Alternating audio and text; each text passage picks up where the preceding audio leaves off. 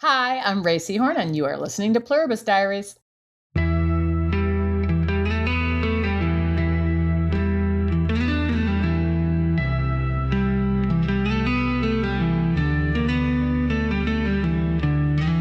Well, hello again, everybody, and welcome back to Pluribus Diaries. I'm Annie. I'm Jen. And today we are finishing up our top 10 list of our favorite scenes from the first season of Pluribus. Mm-hmm. So we're going to be counting down 1 through 5. We already did 6 through 10. So if you haven't listened, you should go back and listen. But I'll do a quick rundown of what we have already picked, Jen, just so people are refreshed. For my number 10, I picked Manusos's travel montage in the Gap. For your number 10, you picked the Sprouts scene with the reloading of the Sprouts. Yep. For my number 9, I picked the scene between Carol and Larry, the biker shorts guy, in Please, Carol. Your number 9 was Diabate in the hot tub with his ladies. My number 8 was the scene on Air Force One in Pirate Lady with all the survivors. Yep. Your number 8 was Carol's scene with the DHL guy / the Pluribus asking for the atom bomb. My number 7 was the flashback with Carol and Helen in the ice hotel. Your number 7 was Carol and Manusos's first meeting. Classic. My number 6 was the John Cena HDP video scene. And your number 6 was the final scene of Please, Carol, where Zosha is drugged and everybody is sort of encroaching upon them at the end. Well said. Very, very strong first 10, if I do say so myself. That could have been a top 10 right there. It really Those are all could've. Just bangers, really. I can't say that any one of them is anything less than awesome. Agreed. But let's see if our top 5 can top them. What do you say, Jen? I guess we'll see. This is going to be fun. All right. So we're going to be starting with my number 5 then. Yeah. Oh, yeah. Go for it. So my number 5 is from the pilot episode, We Is Us. And it is the final scene with Carol on the phone with Davis Taffler. I love it.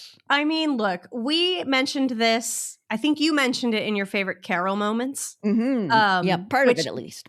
Part of it, yeah, like minor parts of it. But I think just as a scene, I love this one so much. I think it really sums up the show in both in content and in tone in a way. Like you really get the vibe of Carol and what she's about, and you really kind of get the horror, but also like it's funny. Like it's really funny.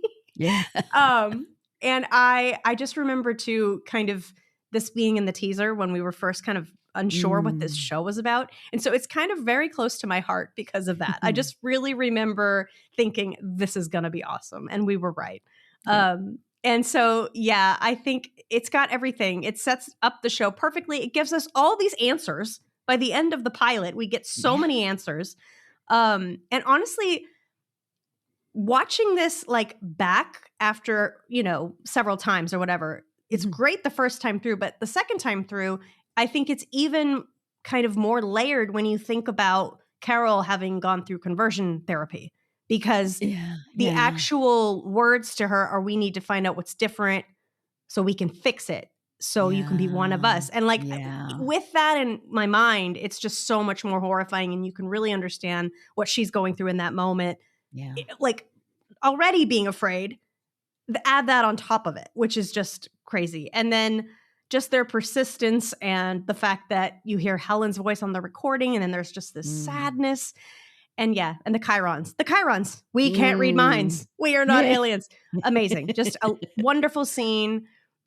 Great scene. Great way to open up the show. And that's my number 5. Fantastic choice. I love that scene. You've laid out perfectly every element of what makes it so great. It's just everything about it is just hits just right.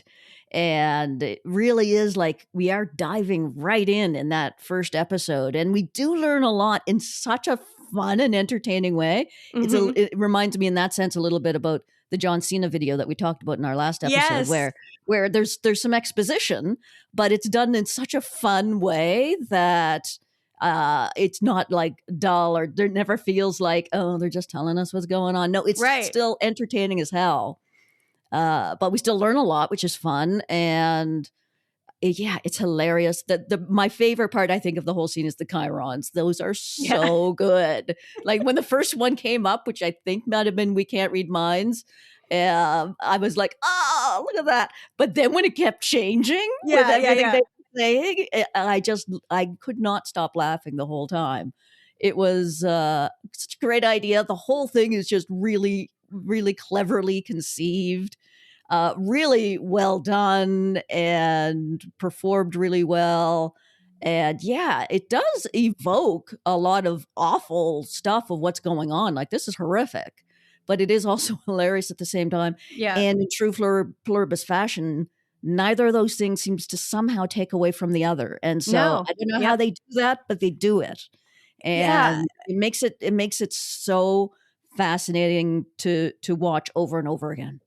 Yeah, Vince, we've talked about this before, but I think Vince has such an uncanny ability to combine something terrifying and something funny and do it in a way that it just always works. Like one never overpowers the other. It's like you're saying, it's like a perfectly cooked recipe where both of the flavors are complementing each other. You know what I mean? Like delicious. Yes, it's very delicious. And this scene is delicious. Everything about it. Like really is.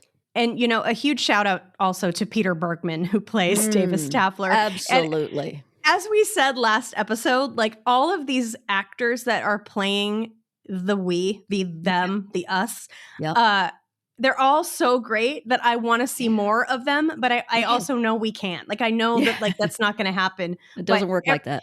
But every single time they just hit it out of the park with each of these individuals playing all of them. So it's great. So great. So terrific awesome. casting at every moment throughout the show. We don't get a lot of characters beyond Carol and Zosha and Manusos, but the ones that we get are always so beautifully cast.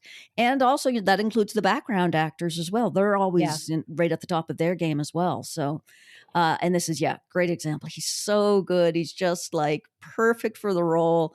And he's also believable as a politician. Very believable. He's got a very sort of slick politician vibe. He's got a suit. He's got the fake smile. He's got everything he needs. He's got the voice. He's got the sort of politician hairstyle. And so he's very believable as a politician.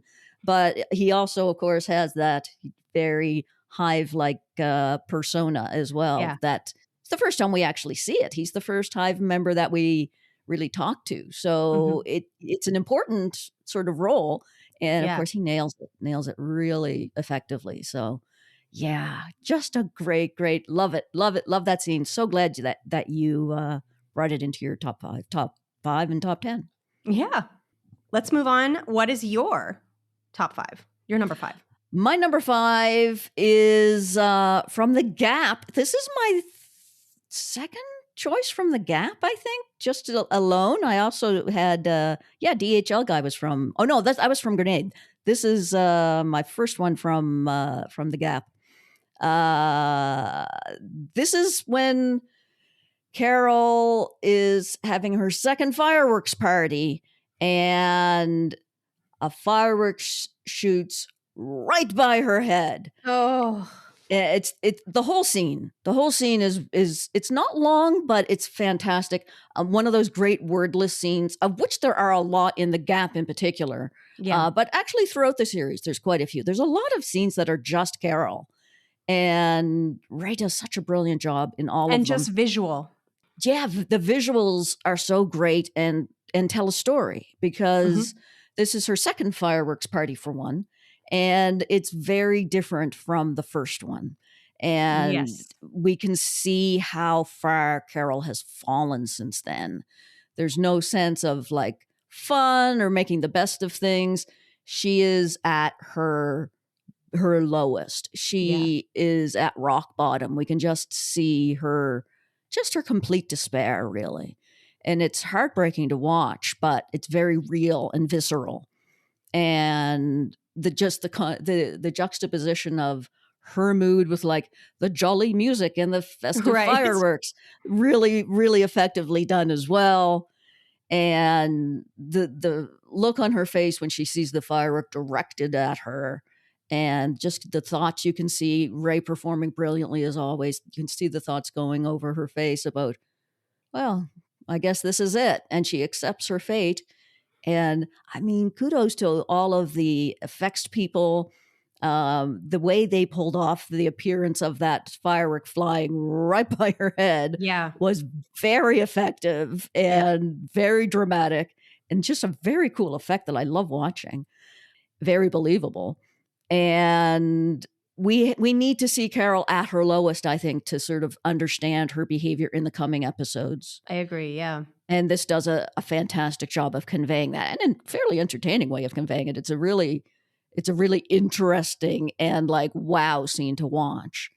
It's like when I watch it now, I think about, this is the Hive achieving their goals. They left her for 40 days. She is broken in this scene.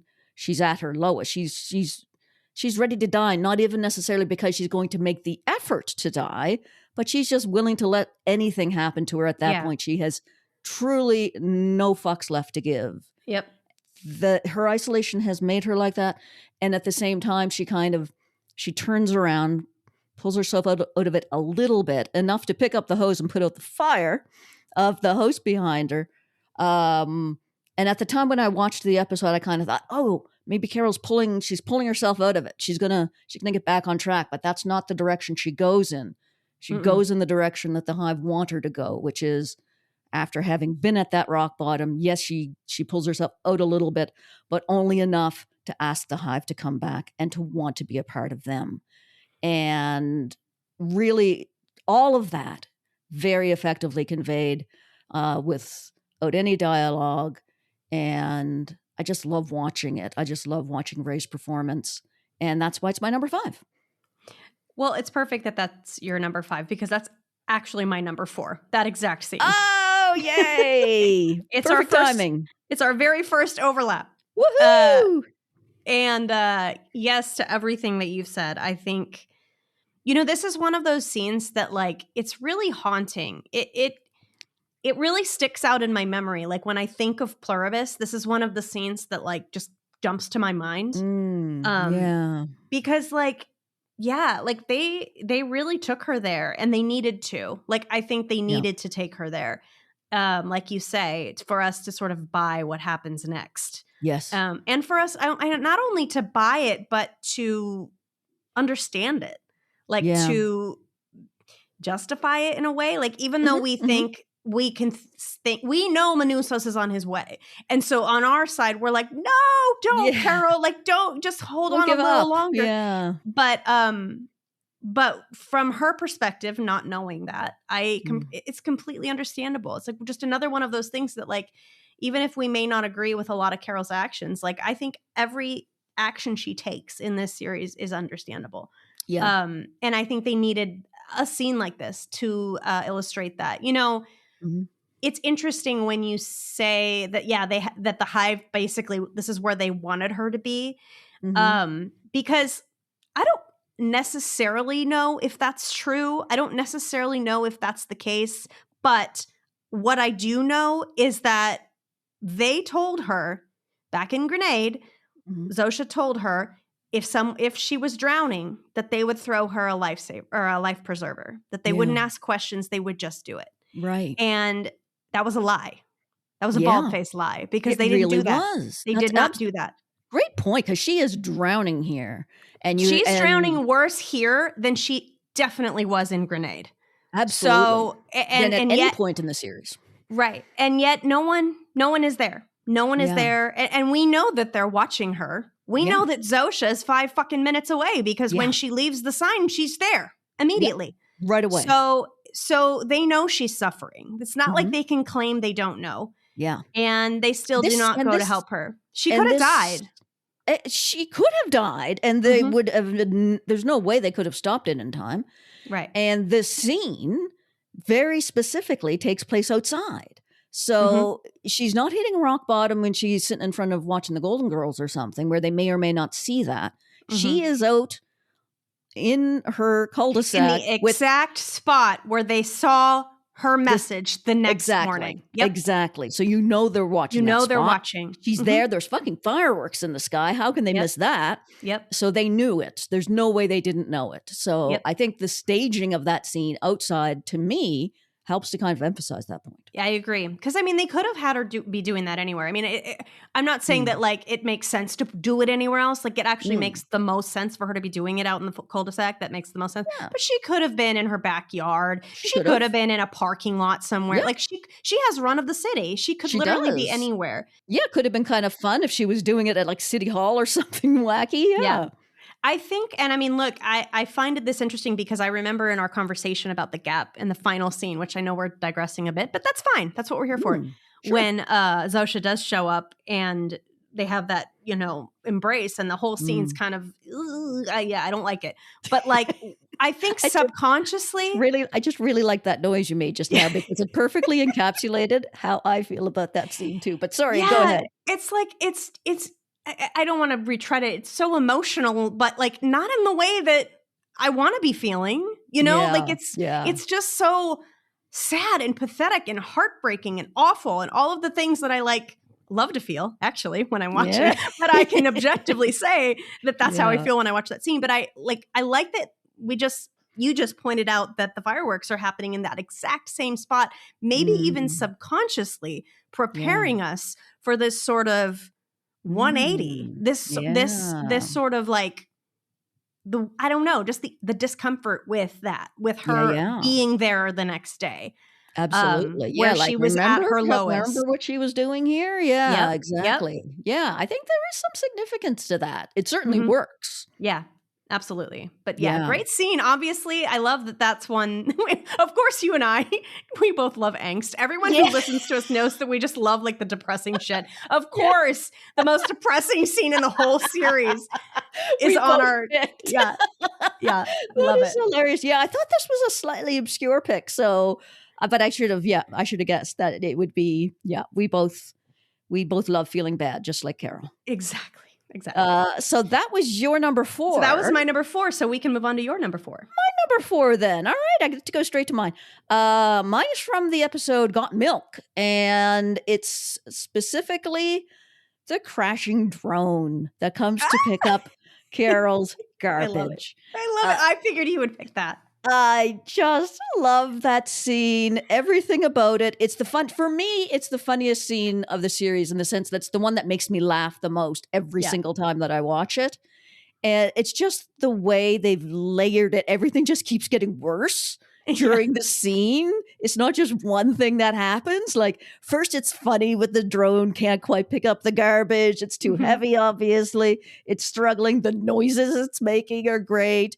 And then, it's crashing into the streetlight. And now it's like wrapping itself around the streetlight. Also fantastic. Then silence because now it's broken. But then like a beat later, the bag bursts open and here comes all the garbage again onto the ground. And Carol is watching all of this. So not only are we as the audience watching and enjoying this, we're also watching her sort of chagrined reaction to all of it.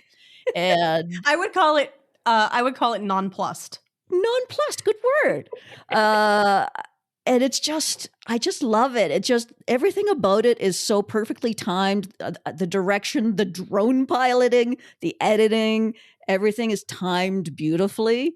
And I'm not usually one to go for like sort of comedy that's not like, that's just something visual. That's not usually my favorite form of comedy. I enjoy it, but it's not usually my favorite. But this is just so well done that I love it. And the thing about it that I love too, looking back on it, is it was a huge laugh and a great gag, but it turned out to have a really significant plot purpose as well, because it's what leads Carol to have to look after disposing of her own garbage and finding the milk cartons and everything that comes after that. So it's funny, but it's not like just a throwaway scene, which is also really clever. So that's why it's my number 4. I love that scene. And again, I was very close to picking it, but this was one that I'm like, you know what? I know how much Jen loves that scene. I know it. Yeah. But I agree with you. It's definitely, if not the funniest, one of the most funny scenes in the series. And I think that you're right that it all has to do with the timing. I'm one of these people that I really think that 90% of comedy is timing. Yeah. It all across every type of comedy. It really and I think, isn't it? Yeah. And I think this really demonstrates that. So really well done. And you know what's funnier too is like, I also think because Patrick Fabian's voice is on the recording throughout this entire episode, I don't know why, but ever since that I watched it the first time, now I'd kind of anthropomorphize that drone to be like a little Howard Hamlin drone. Like, you know what I mean? Like, and so I imagine that like if that drone talked, that's what he would sound like. I feel like it would. Right? And that's what makes that scene even funnier to me is I just imagine, I'm like, oh no. I was about to say something that was quite spoilery. I'm not going to do it. I'm not going to do it. Don't do it. It's a Better Call Saul spoiler, which I won't do. Yeah, I can know exactly. You know what I'm going to say. Yeah. Okay. But anyway, I love that scene too. I mean, I'm really glad you picked it. It's really good. It's just great fun to watch. And it's just one of those ones I can watch over and over. So it's good fun. I think also, you know, speaking of the teasers, then we were speaking about those earlier, just those little teasers they were dropping prior to the show where we just kind of got a tiny taste of what we were going to be seeing. And this was one of them. This and I feel like, one of them. Yeah, I feel like this was the first one that we saw that indicated this was going to be a funny show. Yeah. We didn't see the whole scene, but we just saw the drone struggling with the garbage. Right. It was the first time I'm like, trying to pick up the garbage. There's going to be some humor in this show. It's not going to be, yeah. It's going to be a little wacky. It's going to be, you know, that kind of sort of classic Vince Gilligan kind of humor. Yeah. And I think I saw some people at the time being all like, what? Why couldn't they get a drone that could just pick it up? What went wrong in this scene? Is this a blooper or something? And it's like, no, children, just wait and see. It's all going to mean something. And of course it did. Amazing. So Love funny. it. Look, shout out to all the drones and all the drone operators because there was a lot of it in this show. There was a lot. And the drones are inherently funny in every scene that they appear in, actually. Yeah. Just somehow the drones are just funny. That buzzing noise just like makes me laugh. It's just, I don't know. Yeah. I mean, shout out to the audio editors too, that I think probably made the best of those noises too. Yeah, so definitely. Everything working together as always. So that was my number 4. So we're on to your number 3, Annie. Oh my gosh. Okay. We're getting into the real good stuff, right? We're getting into some spicy stuff now. Let's hear it. Okay. My number 3 is in La Chica o El Mundo. And it is Carol and I like to call it Carol and Zosha's last date. It sure was. I really, really like this scene, the one that takes place in the mountain cabin where they're just, again, and this isn't a comic scene at all, but just timing is everything. I love what they're wearing. I love the location. I love their conversation, how it starts out light. You really get a sense that they've just been having a great time together and there has really been no stress. And I believe Carol when she says that she's so happy. Like, I believe her. Yeah. And then, you know, the conversation takes a turn. And I just love everything about it. Where you find out the truth. She finds out the truth of the betrayal. And then you get that great shot directly onto her face when she knows. And just a wonderful little, we've mentioned it before, but just a wonderful way of just committing to that moment while telling the story and allowing Ray to do everything that she needs right there on her face.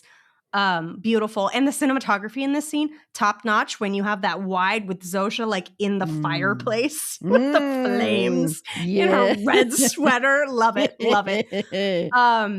And then to top it all off, I just absolutely love the inclusion of Zosha delivering the line that surely Carol's parents said to her when they sent her to conversion therapy. We are doing this because we love you.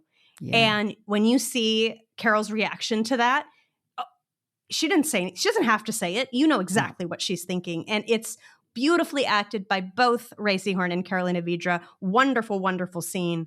And honestly, I mean, I think it's my favorite. I mean, it is my favorite scene between the two of them. I think it's just, it has, not just because, you know, it's the end of it. But I think it's really a wide variety of all of the flavors of their relationship that you get together from start to finish. And it's just the scene has a great arc. All of those reasons, that's my number 3. Great pick. I 100% agree because it's on my list as well. Our second overlap. Yay! I'm glad that you got to talk about this one first, since I got to talk about the last one first. I like this one so much. It's my number 1. Wow! I think it's the scene of the season. I really do. I can't deny that. I mean, well, yeah, yours is not far off. Obviously, it's not far. Yeah. Like you say, everything about the scene is so well executed. The choreography, like you say, the really clever idea of filming it from a different angle after Carol has her revelation. Yes. That the camera's shoulder switching. Yeah. Yes. The camera's essentially like right in front of the sofa before the revelation, and then it's being shot from right behind the sofa after, so that it's being shot over the opposite shoulders. So just that very subtle, like everything has changed. So clever, so brilliant. Mm-hmm. Like you say, Ray's face and the way she delivers that revelation she has. My eggs, you have my eggs, don't you? It's so great. It's almost this is a season of brilliant performances from Ray Seahorn for sure. But for me, this might be the best. Just the way we see that. Her coming to that revelation and the heartbreak while she's trying to sort of shield herself slightly. And you can even, for me, I can even kind of feel the different levels of heartbreak. One that Zosha has betrayed her and that Zosha's not the person that Carol was hoping she was maybe starting to think she was. Yeah. And also the heartbreak that Carol is not safe, and she thought she was. Yeah. And the question of whether Carol was going to be converted has been the heart of the show in a lot of ways since the beginning, since that scene with Davis Taffler, when that was a subject from the very beginning about they're coming to fix her, quote unquote. And then in HDP, it took a different turn where she suddenly thought they weren't going to be able to, but then a lot of the viewers, our minds were turning like, but can they? Will there be a way? Maybe those eggs. Maybe they'll figure it out. And here it comes. It's just, I think that scene is the climax of the season for me. And it's not like, of course, in Pluribus fashion, it's not some wild, loud scene. It's just a conversation, but it's so brilliantly gripping and, brilliantly written, acted, shot. Everything about it is fantastic. And it's also just in terms of my enjoyment of Carol as a character, I'm just so relieved that she's kind of snapping out of this delusion that she's been in up until this moment. Yeah. That we're going to get the old Carol back to some extent, even though she has to go through this tremendous heartbreak to get there. I appreciate the fact that she's the one that thinks about the eggs. Yeah. And it's her that snaps herself out. Like she snaps herself out. Getting herself there. Yeah. Yeah. It's not like she just stumbles across some information about her eggs. She can tell that Zosha's holding something back from her. Right.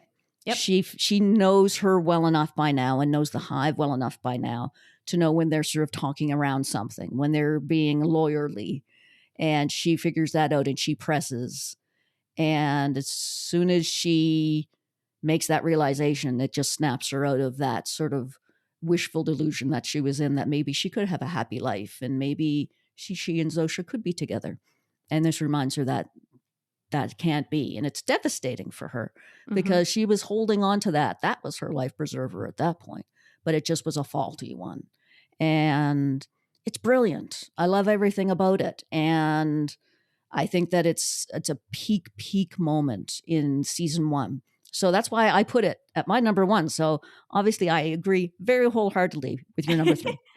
Well, I'm glad we're getting to talk about it extensively because I also wanted to add, and this was something I noticed upon rewatch once again, this is a very nice parallel to Carol and Helen in the Ice Hotel. Ooh, because it's, it's like the two of them on a little vacation in the snow. Yeah. But the the ends of those scenes are very different. But so true. And both scenes have mention of the eggs. mention of the eggs, and it's just I didn't really think of how well those two scenes sort of bookended this sort of relationship, because I feel like Grenade was where Carol and Zosha's relationship really kind of began. Yeah, I think I that's agree. where, even though she was like not wanting her there, that's kind of where they first had their sort of first heart-to-heart talk. That's kind of where they first started to make a little connection, I Yeah. think. So it's just really cool that they made the choice to do it, both of these, in these sort of cold places. And Carol's even wearing a sweater that's like similar to Helen's, which I think we pointed out prior. Or one of them is. I'm trying to remember which is which, but great just point. really cool. I have a question. Then again, this is a little bit of a digression, but it just occurred to me. Yep. If Carol had not figured this out and they had just proceeded with their relationship, and then they inevitably make the fancy gas that they use later, would they have to get her consent to do it, or could they have just slipped it into her nose while she was sleeping, or slipped it into her food, or could they have then converted her without her consent? I believe they could have. Yes, I think they could have. I think the only thing the only thing they needed consent for prior to that was for the stem cell procedure. And I think that was specifically because it was invasive and painful. Right. And they have this whole we can't hurt anything kind of thing. Right. Whereas, just a little whiff of gas over someone while they're asleep, there's nothing painful about that. So I think there'd be nothing to stop them in their sort of wacky list of principles. There'd be nothing to stop them from doing that. I think that that's a chilling thought, but I think entirely possible that she would not have even known it was coming. She wouldn't have. So yeah, that's a really, really great scene. I love that both of us have that on our list, because it really high, both of us. Very high. Yeah. Me, number 3, and that's your number 1. I mean, my God, it doesn't get any better than that. It really doesn't. Not for me, apparently. But I mean, having said that, the difference between 1 and even 10 for me is really close. I adore all of these scenes. Look, I mean, these lists are very just, it's hard. It's hard to even really hard. rank some of these. Like really hard. Yeah. But yeah, you guys get it. Yeah, you guys know how great all of this stuff is. So now we're on to your number 3, correct? Oh, right. Yeah. Okay. We haven't done my 3 yet. Okay. My number 3, this is from The Gap. So this is another one from The Gap. This is specifically Minuso's confronting the Hive people and setting his car on fire. Oh, yeah. That is like, Minuso's, for me, he's a badass character. I love that about him. And this is, to me, him at his most badass. It's like, he does this great speech first, which we've barely heard him speak before this. Has this whole speech about, you cannot give me anything because all that you have is stolen. You don't belong here. All of that. Great, brilliant. And then he sets his beloved car, which he adores, he sets it on fire purely as like an act of defiance. He wasn't going to do that until they appeared and started talking to him. He was prepared to just walk away and leave it. Right. But no, as soon as they're all like, oh, hey, we know how much your car means to you. We can transport it. And he's like, fuck you. I'll show you how much this car means to me. I'm going to burn it right in front of you. Just to say, I don't want you to touch it. And this is how little I want your help. It just says so much. And I love everything about that. And I think by this point in the season, I wanted someone just to tell off the Hive, because, Carol at that, she's been separated from them, and, she obviously didn't get along with them all the time, but, we haven't seen a whole lot of them since. We haven't seen them much in a while. Yeah. And so I kind of had it with them, especially with how poor Carol was being treated at that point. Yeah. And so I was really up for someone to just tell them like it is and just tell them off. It was satisfying for sure. Very satisfying, right? And just love it. He didn't have a second's hesitation to do it. He just laid it all out there. Loved it. It also introduced some really interesting themes of colonialism, which I found fascinating. And I just like it because it kind of it harkens back, Manusos at this stage. We've talked about parallels between Manusos and Carol at various points in their journey. And this is kind of reminding me of when in Pirate Lady, when Zosha is just shortly after she arrives and hands Carol the bottle of water, and Carol takes it and pours it out. Yes. This is the same kind of similar vibe. Oh, absolutely. It's just Zosha in a different form. I want. Yeah, exactly. Yeah. There's nothing I want from you. And it's kind of nice to see that again, to see someone, tell them what's what. I love it. It's Manusos at his most badass. So I love that. I love Manusos. So that's my number 3. Love it. I also love how your number 3, yours basically picks up right at the tail end of my number 10. It does. You had the travel montage. Yeah, because I didn't mention this scene at all, and I'm glad I did it, because now you were able to talk about it. Yeah, I was like, I hope this ends before my scene, but yeah, it did. So we managed to get both of those parts in. It was obviously a great episode, The Gap.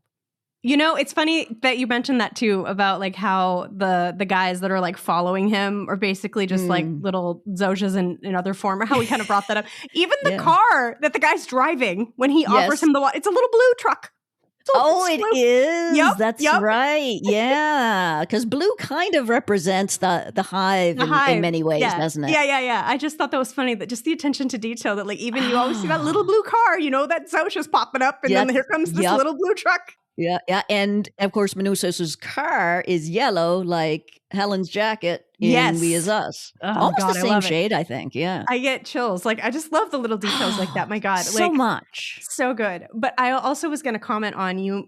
I agree with you completely that this is his most badass moment. And he has a couple moments in the series that people might also classify as badass. What jumps to my mind is him holding the scalpel to that guy's throat. And then also him screaming in that guy's face. And I honestly say that, like, both of those give me kind of the, like, you've gone a little too far, Manusos. Yeah, you may have gone a little too far here, Manusos. You've gone into violent, and I'm not a fan of that, Manusos. Yeah.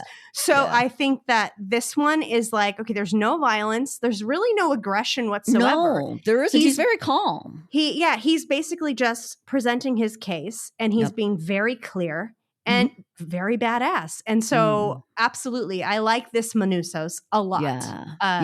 Great pick. Yeah, great point. It's a very sort of passive way of expressing his rage towards them. He explains his position very calmly. He very calmly sets the car on fire. Right. Doesn't try to do anything to them. There's no danger of it actually hurting anyone. Yeah. It's just like a badass thing to do. It really, really is. So yeah, that's a great point. So yeah, Manusos is certainly capable of going a little too far at times. Yes. So this is he's hit it just right in this scene. Yeah, this is it's the sweet spot right here. The sweet spot for Manusos and my love for him. All right. All right, so now we're on to your number 2, I think. Yes, my number 2. Let's hear it. All right, my number 2 is from the finale, and it is the cold open of the finale where we see Kusamayu, the Peruvian girl, being converted, basically. Yeah. I think this scene...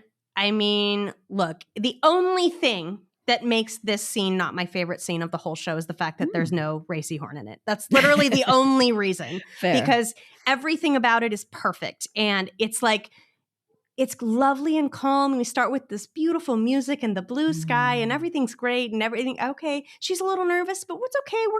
We're like, oh, what's happening? I wonder what, like at first you're kind of confused. You're not quite sure. And then we're like, wait a minute. She wanted to change, right? Like, is that what's happening? And then as you slowly see the thing come over and the gas, and then it's happening and they're doing their chants, everything about it. And then suddenly she's just one of them.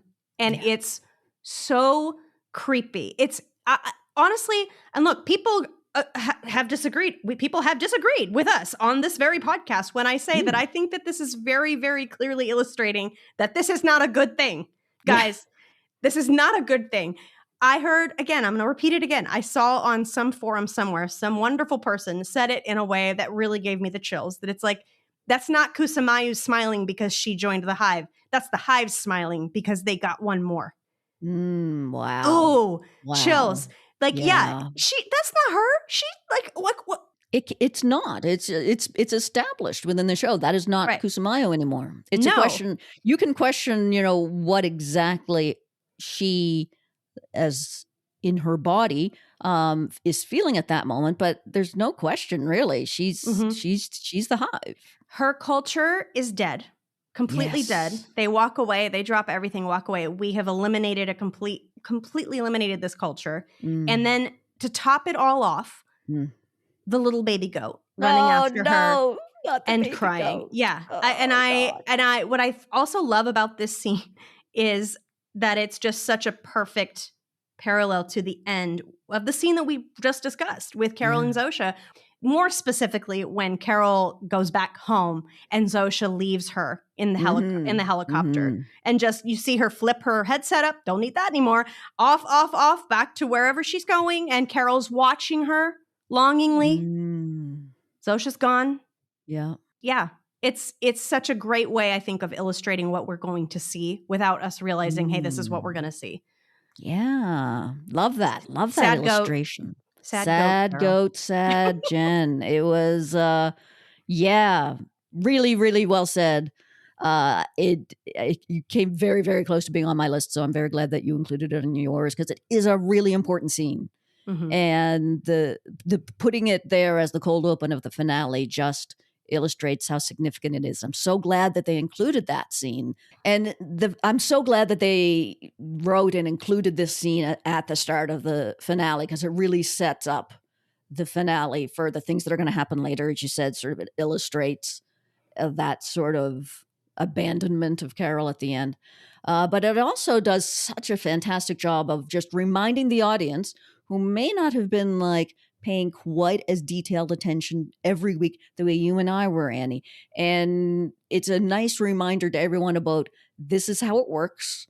This is what's at stake. And it's quite a horrific scene. It's like it's from a horror movie on many levels.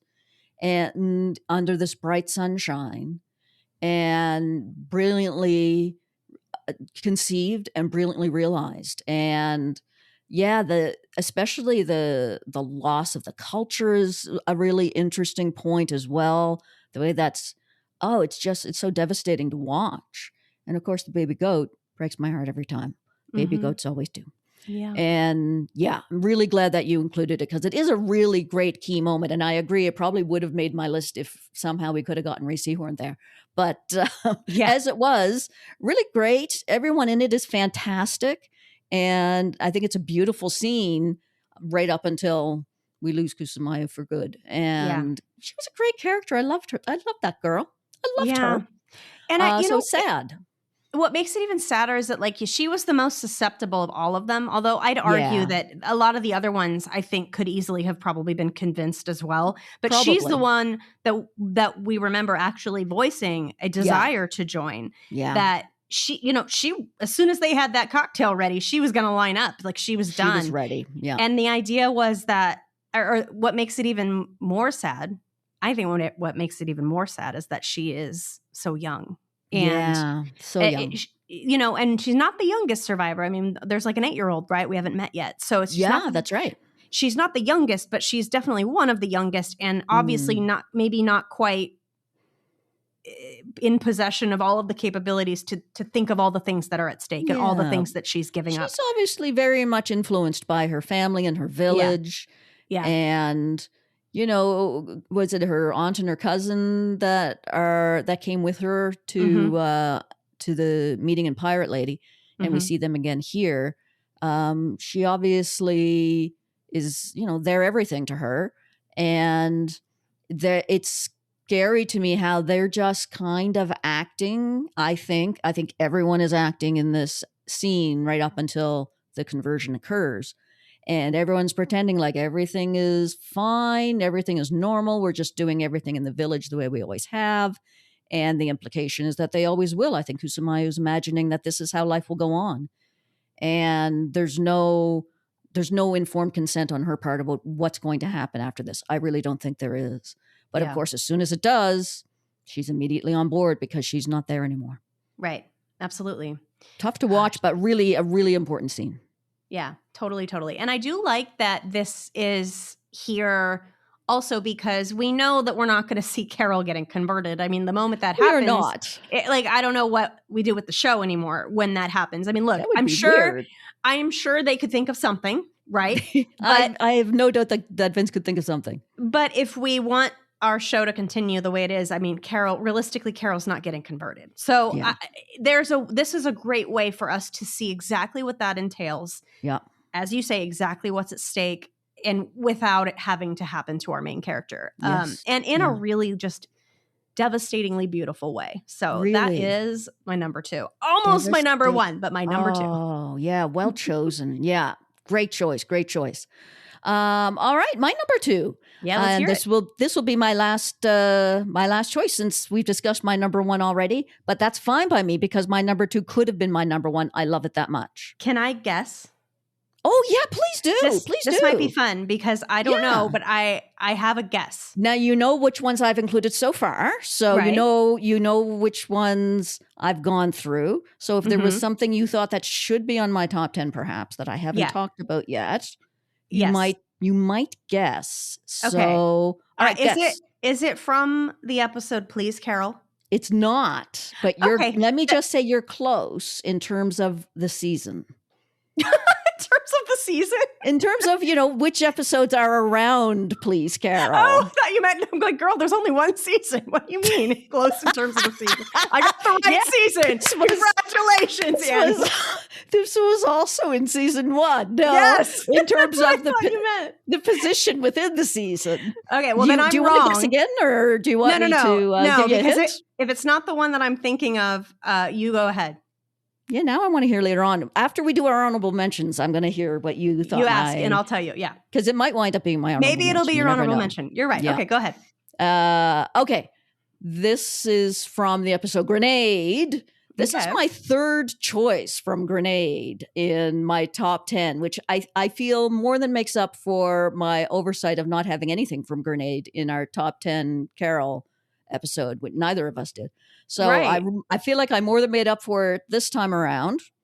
But the things, to be fair though, I don't want to interrupt, but the things that you picked were not necessarily Carol moments. So it makes sense. Yeah, exactly. I mean, all of these moments I at various times considered. I did consider the scene that I'm about to discuss as one of my top 10 Carol moments, but then I decided it's not quite that. But it's definitely one of my favorite scenes. Yes. And it is the grenade scene. Okay, nice. Very specifically the actual grenade part. I'm going to cheat a little bit and have it start when Zosha shows up at the door with the grenade. Oh, look, that's the whole scene. You're allowed. That's part of the scene, right? That is the scene, yes. Yeah. So I agree. I think that all of it counts. Yep. The fact that she shows up and is all, sorry it took so long. Yeah. Just there it is. She doesn't say anything. She just has a grenade in her hand. And I do love the delivery of, we thought you were probably being sarcastic, but we didn't want to take the chance. Were you being sarcastic? It was just, I love that. I love the way that Carolina delivers that line. Zosha doesn't get to be funny very often. And in this case, she's not trying to be, but that is a funny line. You know what's funny? The way she delivers that is very similar to the way that Robert Bailey Jr. delivers the "Do you want to know?" Yes, like it's almost the same inflection. It is. Yeah, I was just thinking the same thing actually. So nice. Really great overlap there. Mm-hmm. And I love it for the same reason. So that's all fantastic. Carol's all like, "Bring the grenade," and then their whole conversation, of course, following this is a really interesting, really insightful conversation. I'm not going to get into all of that because that's not really the focus of what I love most about the scene and what I'm putting as my favorite part of the scene. But it is nevertheless very important. A really great conversation about agency and the fact that we get all of that in this conversation. And then, as we just discussed, it's kind of the start of the bond between Carol and Zosha. All of that really important too. But I just want to skip to my very favorite part of the scene, which is Carol with the grenade, pulling the pin out the mood changes very quickly. Very abruptly. Very abruptly. It's just like leaping out of her chair. Please be careful with that. Yeah. I mean, I feel like she could have been more specific. Yeah. And Carol, fairly logically is like, right, like you would give me a real grenade. And at that moment, the spoon or whatever you call it flies off of the grenade. Just Wonderful. flies across the room. The actual flying off of it is hilarious, and the sound it makes is hilarious. And Carol's reaction to it is hilarious. I love every second of that. At that moment, we're all quite scared, and so we should be. Carol's now holding a live grenade. And so she very calmly takes control of the situation. Carol, if we may, and saves her life. Big explosion. And this is not a show with a lot of explosions. There's a lot of explosions these days in entertainment. Right. Pluribus is not one of those shows. But this is a big explosion. And I love the part outside the house when Carol goes out and there's all this destruction. The music, I love, shout out Dave Porter. Yep. I love the music there. It almost sounds like an air raid siren, sort of. It's just very discordant and interesting. Love that. There's fire everywhere. The camera work is amazing. It's very visceral, especially that moment when Zosha comes out and just falls right over. The whole scene it's funny. It's suspenseful. It's pretty scary at the end there. Zosha's in rough shape. There's all that destruction. Remember all that camera movement too, like that sort of jerking. Yeah. So really cool, right? Mm-hmm. Love it. And it's kind of like, all the things that I love about Pluribus, just all those moods somehow mashed together in such a cool way. I really love just watching how they pulled it off. And it's a really interesting scene too. Just, it's a fairly key moment as well in terms of the turning point in Carol and Zosha's relationship. And, Zosha saving Carol's life winds up, that's obviously very significant, and the injuries that she sustains and Carol's reaction to that, Carol's distress at seeing Zosha being injured, the change in their relationship is becoming clear there. And the bond between them is becoming stronger. And at that time, I was kind of like all for it. So I did enjoy that aspect at that point. Yeah. But now I still enjoy the scene because, damn it, when that thing flies off the grenade, it is just really fun to watch. Yeah. And Carol's reaction to it, I mean, shout out as usual to Ray Seahorn. Just the look on her face. She doesn't overdo it. I think it would be really easy to overdo the reaction to that moment, but it's absolutely perfect. Like very what the fuck? But in a hilarious and understated way. And I just love it. I just really love that scene. So that is my number 2. Grenade. Nice.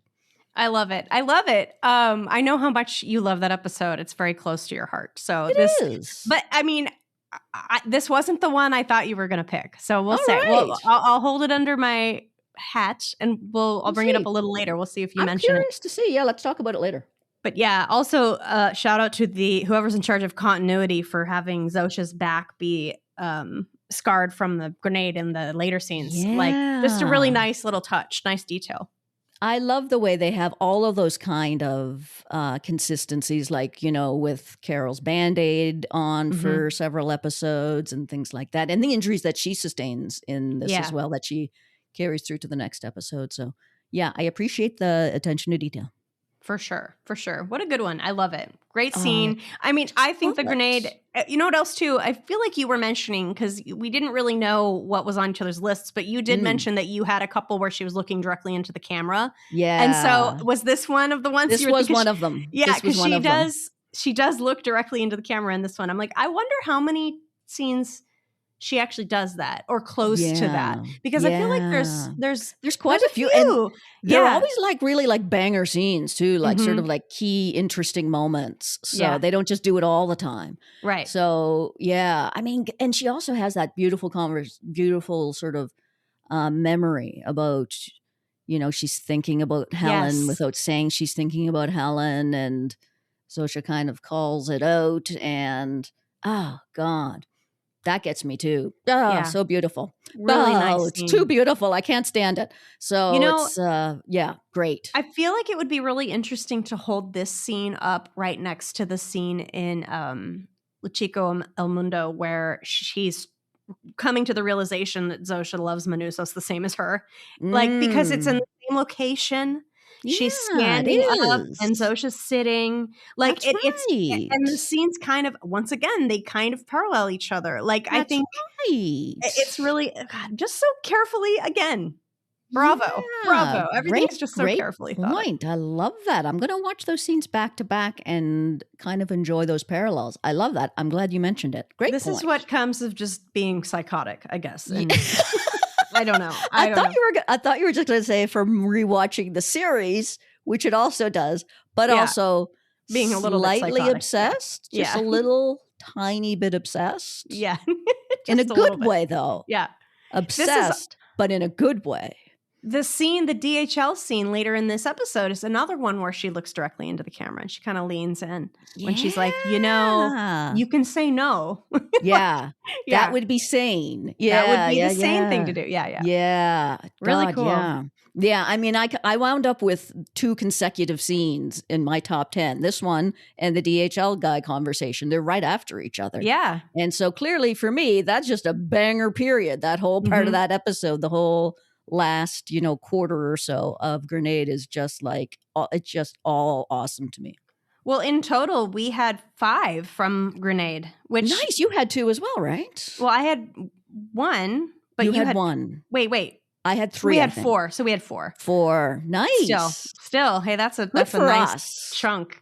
Yeah, I feel good about that because I felt a little sad for Grenade for leaving it off of our top 10 Carol moments, but like you said, these are not necessarily Carol moments. So this was the time for Grenade to shine, and it did. Agreed. Fantastic. So we're on to your number 1. We are on to my number 1 because we already know what your number 1 is. My number 1 has been discussed and enjoyed. Do you think you can guess my number 1? Bloody hell. It's going to be something very Carol related. Yes. It's going to be something that's very Ray Seahorn related, I'm guessing. Yeah. Something where Ray Seahorn is doing her thing. Oh, absolutely. Which is being awesome. Yes. Something we've talked about actually quite frequently on this podcast. I'm thinking it's maybe something to do with her truth serum video. Yes. Okay. All right. Good. I mean, we have talked about that one, but it is brilliant. I'm happy for it to be your number 1. That, this is one of the things we've talked about it multiple times. And I think like 3 or 4 separate moments from this scene made it onto our top 10 Carol moments. We always managed to squeeze it into something. Yes. And so I figured that there's no possible way that like this entire scene, just this whole sequence of her watching herself on the video, reacting to the truth serum, couldn't be my favorite scene of the series. Like absolutely it's my favorite scene in the series. Like I could watch it a million times. It's funny. It's sad. It's like the acting is amazing on both ends, both sides of the camera for Ray. Yes. And it's just also very insightful into her character. I feel like it's truth serum, so we get to kind of learn a little bit about the real Carol. What she might in many ways. Yes. Yeah. How she really feels about Zosha, for one. Yes. And also how she kind of really feels about her fans, how she really feels about her book. That she really is grieving, even though she may not show it on the outside. I just feel like it's like we literally got to crack open this character and peel her open and look inside her, which is really wonderful to see. Like, and what show like would ever have the opportunity to do this? Like, I'm going to inject myself with the truth serum just to see if I tell the truth. Like, I think that's film myself doing it. Yeah, film myself. I don't have anyone monitoring me. I am going to judge this for myself. And I also like sort of the way this scene came about in the episode. We were very kind of, I don't want to say confused because I could kind of see where she was going, but I also was like, I didn't really quite understand why she was doing it to Right. herself. Yeah. And then at the end, when she's like, well, this is a winner, then you know what this was all about. You can see where it's going. Yeah. And so just, I mean, I don't really have anything else to say about it other than all the things we've said about it before. Listen to literally any of our podcasts. We will probably mention the camcorder scene. Shout out to Ray. Shout out to the writers. Please, please, please drop the unedited footage of all of the stuff she did that we didn't get to see. Absolutely. I am begging for anyone listening to just drop that randomly as a bonus feature. We need to see it. Please. Yeah, because there's parts that she fast forwards through, right? So we want to see all of it. We want to see those parts. She's playing golf in the background at one point. Right? There's all kinds of stuff going on back there. Well, even Ray said, I think on the official pod, that there was a lot of stuff they cut. Like there were things that she did, like she sang, she did all these other things, and like there's definitely stuff that exists out there that we do not. Yeah. Oh, yeah. Would love to see it because it is an absolute gem of a scene. And I managed to squeeze 2 different moments from it into my top 10 Carol moments. So I was kind of really stretching it a bit with that one, but I do love it. It's and it is insightful as well. It's entertaining, but we do see a lot because the 2 moments that I chose for the top 10 Carol, one was a sad moment when she's, crying about Helen. And one was a funny moment when she's agreeing with herself about, how annoying Zosha is. So it's got pathos and humor. And Ray is hilarious both as, stoned out Carol and reacting Carol. Right. Both of them are great and fun to watch. And it's such a fun scene and so enjoyable and so interesting. And every time I watch it, I laugh about something that I didn't laugh about last time. And it's just every time I'm like, oh God, yeah, that part's really funny too. There's just so many little tiny bits that I enjoy. This time around, the millionth time I've watched this scene, what made me laugh was at the very beginning when she's kind of going, well, she's making kind of the like squirrel weird things, like weird things like with her teeth. Her mouth is dry or something, and she's kind of like I don't know why, but like it's just so funny. Like what? Oh my God, it's so good. It's so good. And then like sober Carol's reaction to that is what am I doing here? Right. Like, wait, what? Because I think at first she's kind of like, I don't know if this worked. And then she's like, wait a second, what? Wait, it worked. Uh-oh. Yeah. And how heartbroken she looks watching herself crying over Helen. It's like, but I can't watch that. I need to keep going. So good. So I'm so glad that you made it your number 1 because I adore it as well. Well, Jen, that was our list, right? That was our top 10s of our favorite scenes or the best scenes, some combination of those 2 factors. And but you know what? You could pluck any scene from any episode and I'd say, that's my favorite scene. I love it. Probably.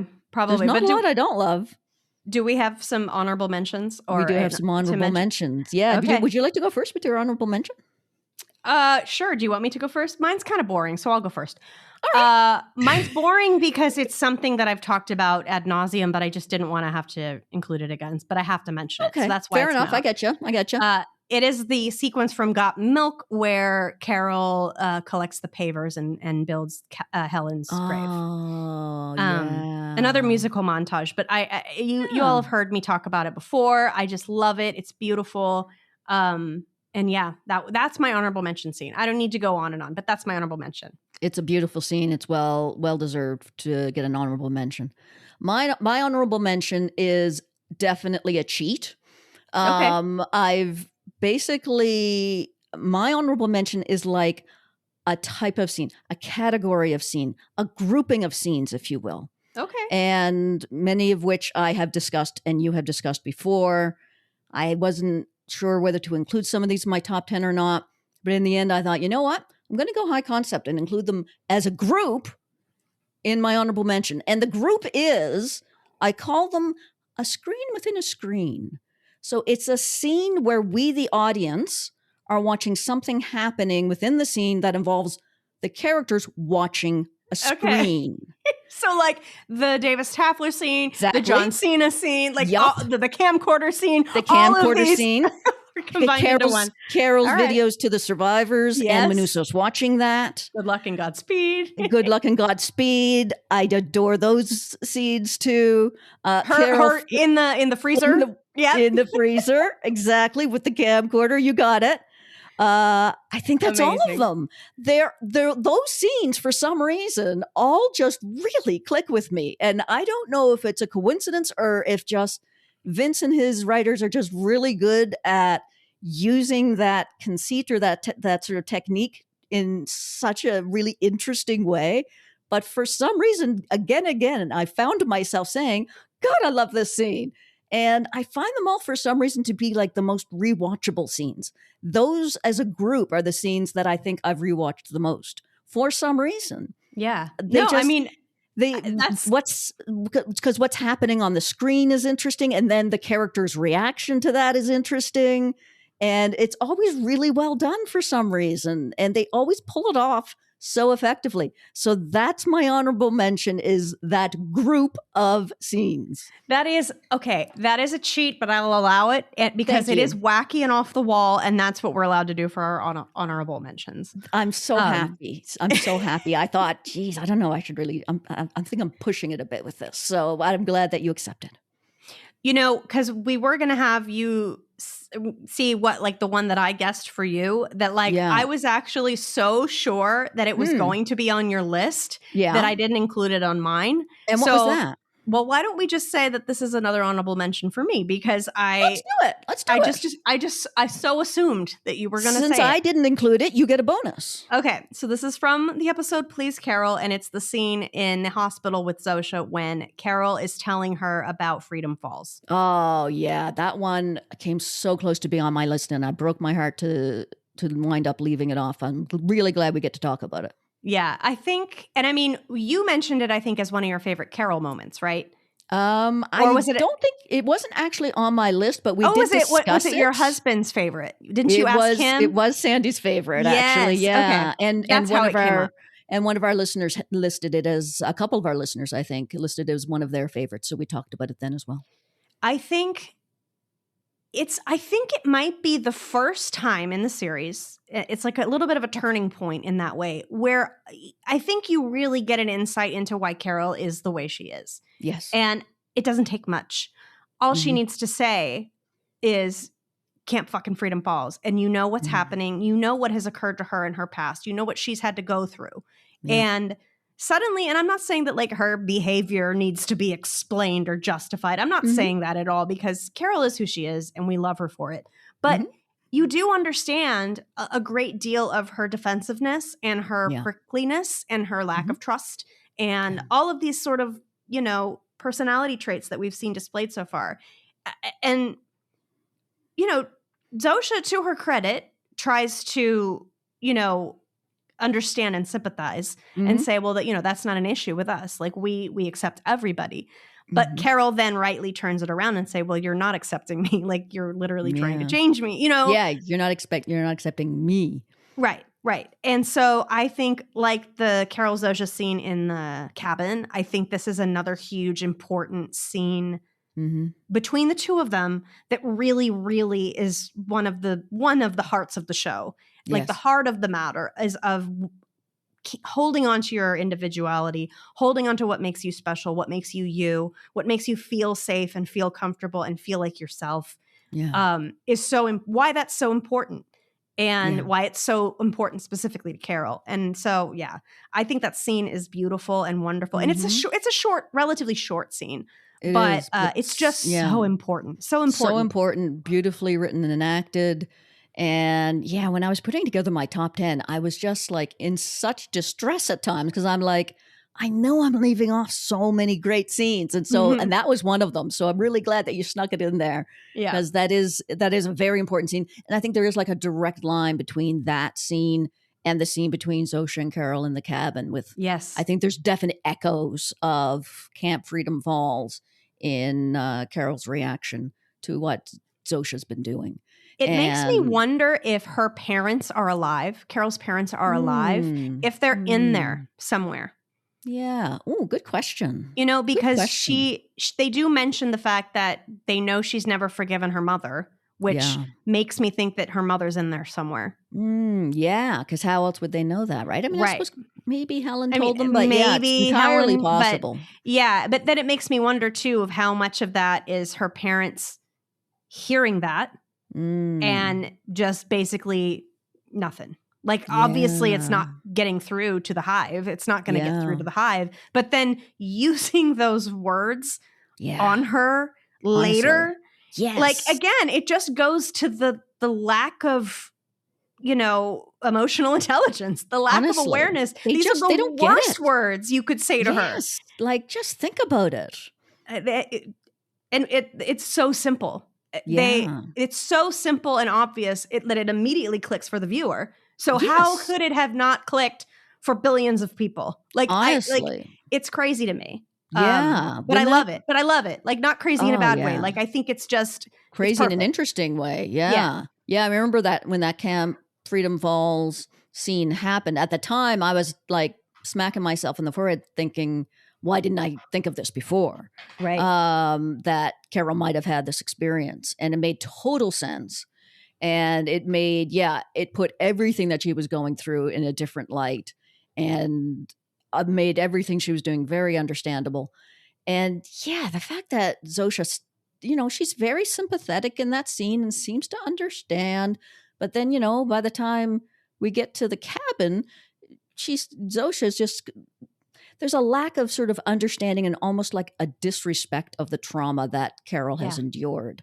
Right. Well, they don't understand her trauma. I mean, I'm sure they understand the trauma that many like her have suffered in similar situations, though. You know what I mean? They must. They should. Wouldn't the knowledge of those people in their mind be screaming at them, don't do this? This is a terrible way to approach this. Yeah, like, no, you're handling this all wrong. But there's just like a sort of a trampling over Carol's trauma that is disturbing, and it's fascinating to watch. And no one has to like explicitly say it in that scene. It doesn't have to be spelled out, but the performances and everything about it harkens back to what we know about Carol. It is such an important scene to learn that about her history, and it makes total sense within the context of this series. And I think it's really key in terms of her resistance and the emotional response she has to being forced into being something that she does not want to be.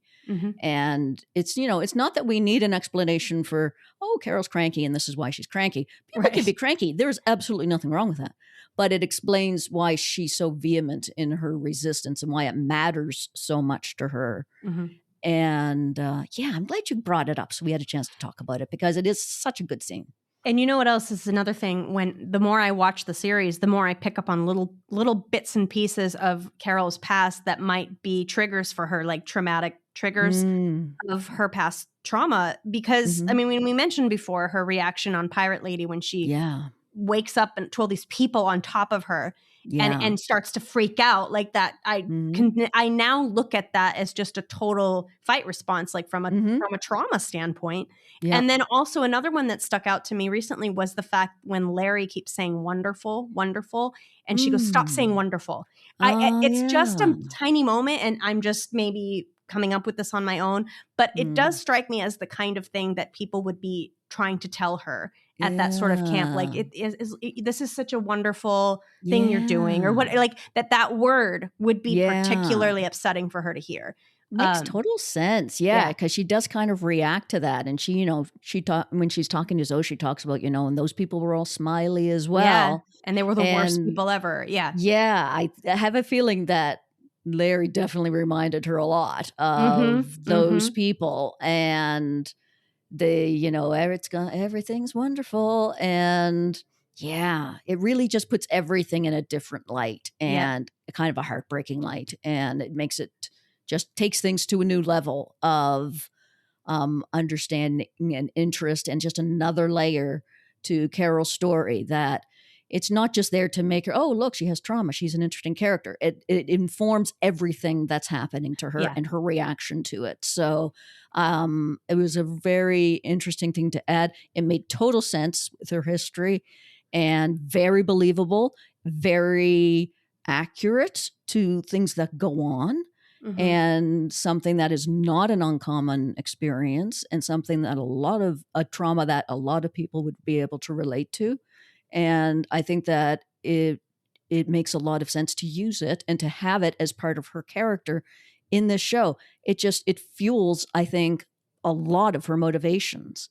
Yeah, the way trauma does to anyone that experiences it. It's always there, fueling your reaction to things around you. And in this case, this terrible situation that she's in, it's really coming to the surface, and it makes, no wonder, people are all, Carol's cranky. Yeah, she's traumatized. Leave the poor woman alone. Yeah. I need to add this to like my list of like wish lists for next season. That not that I want to see young Carol particularly going through trauma, but I do think a flashback scene of what actually went down with her at these camps, I think would be very important for viewers, because I imagine there's many viewers out there that maybe don't really know what that entails, and don't like kind of understand the idea of what that is, like, but probably wasn't really, that bad. Yeah. Right. Or don't really get it. And I think this would be a really great opportunity to explore that and to actually make people look at the ugly truth of that sort of thing. Yeah. I mean, I was thinking that I think I don't necessarily need to see it, but I think you might be right that maybe people do need to see it. Maybe people forget we that need to detail understand. Or they miss it. Yeah. They just don't know exactly what it means. Right. And it, like, for something that's, I think, such an important detail, I think it would be worthwhile to explore it further. Yeah. We might need a bit of an illustration. Doesn't need to be a lot, but maybe we do need to spell it out a bit, because, you know, not everyone understands exactly what that means and exactly why that would be so traumatizing. Exactly. And it's something it behooves us all to educate ourselves about. And it wouldn't be a bad thing to have it spelled out a bit more, because it's something that we all need to face. Yeah. Well, Jen, this was a lot of fun talking about our top 10 scenes. It was. I'm glad we ended on such a sad, traumatic note. I know. That's okay. A little unfortunate, but you know what? That's Pluribus is full of. It's got all the feels. It's got everything. But we want to hear scenes that we might have left out that you guys loved. Please let us know. Check us out at Pluribus Pod on Blue Sky or Twitter, or even at Gmail if you want to send us entire lists. We love those too. We read them all, and you might even get yours read on the pod. So please do. Feel free. This has been a lot of fun, Jen. But we'll be back next time with another really fun episode of Pluribus Diaries. Bye.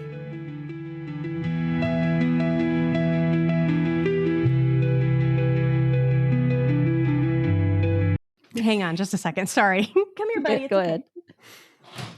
Oh, do you want to say hi to Jen? Yes, you can, but you have to say hi to Jen. Say hi. Hi, Harrison. Hello. Hello. How are you? Good. Are you having peeps? Yeah. Nice. Those are very, very tasty. Excellent choice. Yeah. What color are they, the ones that you got? They're yellow and they're the chickens. The chickens. Very nice. Yeah. Are those from the Easter Bunny? Yeah. Well done. All right. You go enjoy those. Bye. Bye. All right. Enjoy your peeps. Hey. Even his shirt has peeps. Yeah. Perfect. He's a fan. He's a fan. He's a Peeps fan. He's like his mom. He's got to have sort of thematically appropriate t-shirts on at all times. I love it. That was very cute. Oh my God. He just, even in just the short time, I'm sure I've seen him not long ago, but he just seems like he just grows up more every day. Look at what a cute young man he is. He's adorable. And it's cute. You know what I love about him too? He is growing up and getting bigger, but he still has that like little kid thing about him. Like I think he wants, so cute. He wants to be little, and I'm like kind of okay with it, because I'm like, just stay little. You're just really cute. You can stay little as long as you want. He's just a very joyful little guy, and I love that. He is. Hang on, I need to turn the air on. It's getting hot in here. Oh, Stand all by. right. It's getting hot in here, so take off all your clothes. As soon as I hung my things up, I heard you say, and I'm like, I walked right into that one.